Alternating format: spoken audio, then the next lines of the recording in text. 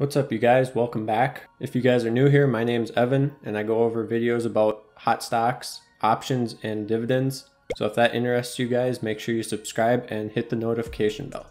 But in today's video, we're going over what Iron Condors are and how they work. An Iron Condor is a good alternative if you don't want to do a normal credit spread or debit spread, or a matter of fact, even if you don't want to do normal calls and puts. So let's get into it here. So I have TNA pulled up here, which in my opinion is a pretty decent stock to do an Iron Condor on. So when you're opening an Iron Condor, you're essentially opening two credit spreads, one on the call side and one on the put side. And the goal of an Iron Condor is to capture the price in a certain zone. So to open an Iron Condor, like I said, you open two debit spreads. So if we were going to open an Iron Condor here, we would first open a credit spread on the call side. It doesn't matter which side you open first, but we'll just open the call side first. So say we thought that TNA was going to stay between $35 and $37. We thought it was going to expire on August 21st between 37 and 35. Well, we would open an Iron Condor capturing that area. So if the price expires in that area, we get the maximum profit. So here we're going to open a credit spread on the call side first. So we would buy the cheaper premium and then we sell the more expensive premium. And then after you've opened the credit spread on one side, then you go to the other side, you choose the put. And then I said that we want it between 35 and 37. So now we're going to sell this premium here for the $35 strike, and then we're going to buy the one right below it. And once you have all this set up, it will tell you that you're opening an Iron Condor. So you're just opening two credit spreads on each side. So one on the put side and one on the call side. And you're hoping the share price ends in that area at expiration, and then you'll get the maximum profit. So when we open this, we receive a credit of $29 and we put up a collateral that's the difference between the strike prices. So both of our strikes up here have a 50-cent difference. Here we have $35 and here's $34.50, and then $37 and $37.50. So the difference between the strike prices is 50 cents or $50.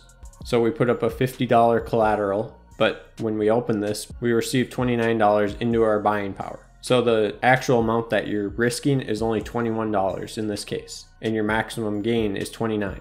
So now you might wonder, well, what happens if the price goes beyond the prices that you chose? So say TNA, right now it's at $36 here. So if TNA dropped all the way to $34 here, this leg of the Iron Condor would expire worthless, this put credit spread, but we would still keep the $14 credit here, but we would lose the $50 here. So now we would be out $50 minus $14, which would be $36. But then remember, we opened a credit spread on the call side. So on the call side here, we made $15 from this credit spread here. So down here, we lose $36 if the price drops below. If it dropped to $34, we lose $36 here, but then we also gained $15 here. So our loss is really only $21. So an easy way to figure out your total loss if the price dropped below or went above one of your legs is you just take the strike price minus the credit that you received. And that's what you would lose if the price dropped below the put side or went above the call side at expiration. So just something that you should keep in mind when you're opening an Iron Condor, you want a relatively steady stock. You don't want something with a lot of volatility, because if it's up and down all over the place, you won't be able to correctly predict where it's going to go. So you want something relatively flat that you think you can guess and hone in on the area where it will be at expiration. And the flatter the stock you choose, the less the credit is going to be that you receive, because there's a higher likelihood that you'll be right and you'll be able to guess that zone that the price will end in.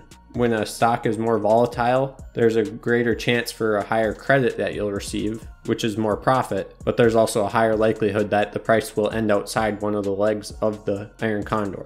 So as long as you guys know how to open a credit spread, which I also have a video on credit spreads and I'll link that up in the top right. If you're not sure how to open a credit spread, you can watch that video and then come back here and this will make more sense. But if you know how to open a credit spread, an Iron Condor is the same thing. You're just opening a credit spread on both the call and the put side, and you're hoping to catch the price in between. And you'll know if you did it right because Robinhood will put Iron Condor, so you'll know that you have an Iron Condor.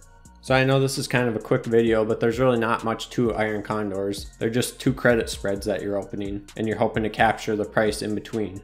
So if you guys have any questions, go ahead and leave a comment down below. I know options and spreads and all these things can be kind of complicated, but the more you do it, the more they make sense.